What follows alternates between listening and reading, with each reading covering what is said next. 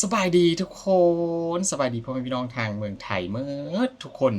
เพราะถนนเส้นนี้นี่เองที่ทำให้ความสัมพันธ์ไทยลาวใกล้ชิดกันขึ้นทุกวันทุกคนและเป็นเส้นทางถนนที่ว่าสวยงามหลายทุกมุมทุกจุดกันเลยทุกคนนั่นก็คือถนนอยู่ที่บ้านของว่าพิมพ์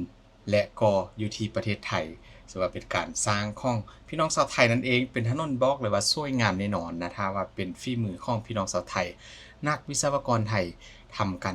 ร่วมกันก่อสร้างนะทุกคนมื้อนี้ทุกคนถนนเส้นนี้อยากจะบอกเลยว่ามันเป็นอย่างที่ว่าเบิ่งแล้วมีความหมายหลายนะทุกคนว่าพิมพ์ข้อบอกเลยว่าดีต่อใจหลายแล้วก็เป็นอีกเส้นหนึ่งที่ว่าไทยลาวเฮาพี่น้องเฮาคอยเดินทางไปมาหาสู่กันโดยรถยนต์บ่ได้ข้ามน้ำข้ามทะเลอย่างทั้งนั้นนะทุกคนก่อนจะไปเบิ่งคลิปทุกคนข้อกำลังใจคือเก่านะช่วยกดติดตามให้กับ2ของคุณพิมพ์คือเก่าทุกคนแล้วก็ช่วยสนับสนุนเบิ่งโฆษณาแด่1คนต่อ1โฆษณาก็ยังดีทุกคนขอบคุณหลายๆเด้อพี่น้องไปเดี๋ยวเราจะไปเบิ่งคลิปพร้อมๆกันเลยครับทุกคน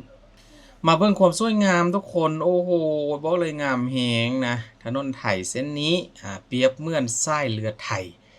ไทยลาวนั่นเองทุกคนนะคอยเสื่อมความสัมพันธ์ไทยลาวให้แน่นแฟนขึ้นนั่นก็คือถนนอยู่ที่จังหวัดน่านทุกคนเป็นยังว่าพิมพ์จึงว่าแบบนี้ก็เพราะว่าถนนที่ทุกคนเห็นก็จะเป็นถนนหนึ่งที่ว่าเสื่อมต่อมาที่บ้านของว่าพิมพ์โดยตรงเลยก็คือมาที่หลวงพระบางทุกคนเห็นบ่ถนนสวยงามหลายนะผ่านภูเขาทั้งหมดแล้วก็เป็นเส้นทางที่เบิ่งแล้วงดงามตลอดการเดินทางกันเลยทุกคนคลิปแรกก็ค่อยคนเบิ่งในมุมด้านล่างกันก่อนนะก็คือมุมที่ว่ามีการขับรถผ่านว่าจะใหญ่ขนาดไหนเดี๋ยวฟิล์มก็จะสลับขึ้นด้านบนให้ดูทุกคนงามแฮงงามแฮงอ่านี่คือถนนที่ว่าเชื่อมให้ไทยกับลาวเฮาได้เดินทางไปมาๆนะทุกคนโดยรถยนต์โดยรถยนต์ส่วนตัวแล้วก็รถท่องเที่ยวเนี่ยก็ว่ากันไปทุกคนนี่ก็บ่าวพิมพ์ก็บ่เคยไปนะทุกคนแต่ว่าเคยข้ามไปอีกตึมจังหวัดหนึ่งของบ้านบ่าวพิมพ์นี่แหละทุกคนอยู่หลวงพระบางก็คือเป็นเส้นทางที่ว่าสวยงามหลายทางที่ว่าอยู่ในอ่าในหุบเขานะทุกคนบ่าวพิมพ์เคยขับอ่ารถไปดูมาแล้วแต่ว่าบ่ถึงขั้นว่าไปถึงประเทศไทยนะทุกคนสวยงามจริงๆแล้วก็เป็นเส้นทางที่ว่าได้มาตรฐานหลายนะความหน้าของถนนนี่ก็ถ้าว่าเป็นนักวิศวกรไทยหรือว่าคนไทยทำก็มาตรฐานอยู่แล้วนะความหน้าก็15เซนขึ้นแน่นอนอยู่แล้วทุกคนการพังของถนนก็ยากๆนะก็หลาย10ปีกันแล้วก็ตอนนี้ก็ยังสวยงามคือเก่าแล้วก็เรียบเนียนคือเก่าทุกคนนี่มาด้านบนทุกคนโอ้โหมุมด้านบนก็งามแฮงพี่น้องงามสุดๆกันเลยบางคนเขาก็บอกว่ามีทางผ่านที่ว่าเป็นถนนลอยฟ้านะคนเป็นจุดเช็คอินของนักเดินทางของนักท่องเที่ยวกันเลยที่ว่าเป็นถนนที่ว่าอยู่บนยอดเขาสูงๆนั่นแหละจึงว่าได้ที่มาคำว่าถนนลอยฟ้าสวยงามสุดๆความคดเคี้ยวของเส้นทางผ่านภูเขาต้นไม้ธรรมชาติที่แบบอุดมสมบูรณ์สุดๆกันเลยนอกจากนั้นก็ยังเห็นจุดหนึ่งที่ว่าเป็นจุดไฮไลท์นะที่ว่าทุกคนไปก็ต้องได้จอดรถแวะเพื่อจะเช็คอินถ่ายรูปถ่ายวิดีโอถ่ายคอนเทนต์กันก็ว่ากันไปเพราะว่าพอพิมพ์เห็นมาแล้วก็รู้สึกว่ามันงามจริงๆทุกคนเป็นเส้นทางที่ว่างามหลายนะนี่ถนนลอยฟ้าทุกคนโอ้โหมันเหมือนกับว่าหุบเข้าที่ว่าเป็นด้านบนของหุบเข้านะคนเหมือนกับเป็นเหลี่ยมแล้วก็สร้างถนนขึ้นไปด้านบนนั่นเลยก็ถือว่าตรงกันไปเลยทุกคนบ่ได้คดเคี้ยวอะไรเยอะแยะนะจุดนี้ก็อาจจะเป็นอีกสิ่งหนึ่งที่พี่น้องชาวไทยแล้วก็นักท่องเที่ยวชาวลาวบ่พี่น้องชาวลาวที่ว่าเคยไปมาทุกคนมาเบิ่งจุดนี้อีกจุดหนึ่งอันนี้ก็คือถนนอะไรนะพับผ้าบ่ประมาณนี้แหละทุกคนก็เหมือนพับผ้าจริงๆนะคนเห็นบ่มันคดเคี้ยวเรียวโค้งเหมือนกับว่าเฮาเอาผ้ามาพับ ในซื่อก็บอกเป็นว่าเป็นถนนพับผ้าทุกคนงามมากงามหลายๆพี่น้องเอ้ย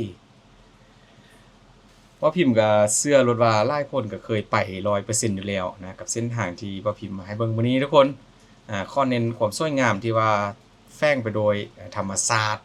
นอกจากเส้นทางที่ว่างามอยู่แล้วสะดวกสบายอยู่แล้วธรรมชาติด้านข้างภูซ่องข้างทางโอ้โหไม่อยากจะพูดถึงเลยทุกคนงามแฮงพี่น้อง นี่จุดเช็คอินทุกคนมีรถตู้รถนักท่องเที่ยวรถส่วนตัวจอดเยอะมากๆมาเบิ่งอีกเติมทุกคน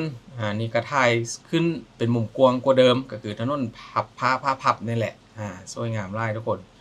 คดเคี้ยวเลี้ยวโค้งคือเก่าแต่ละโค้งก็เหมือนกับทบซอกเลยทุกคนโค้งเลี้ยวซอกแบบหักซอกเลยนะโอ้โหก็ทำได้แบบเหมือนกับงูลอยเลยทุกคน เนี่ยจะมีจุดพักรถทุกคนเห็นบ่มุมกว้างที่ว่ามีรถจอดอยู่ซ่องข้างทางก็จะเป็นจุดพักรถพักชมธรรมชาติชมวิวกันไปนะหรือว่าช่วงได้บ่มีแดดก็อาจจะพักนั่งกินข้าว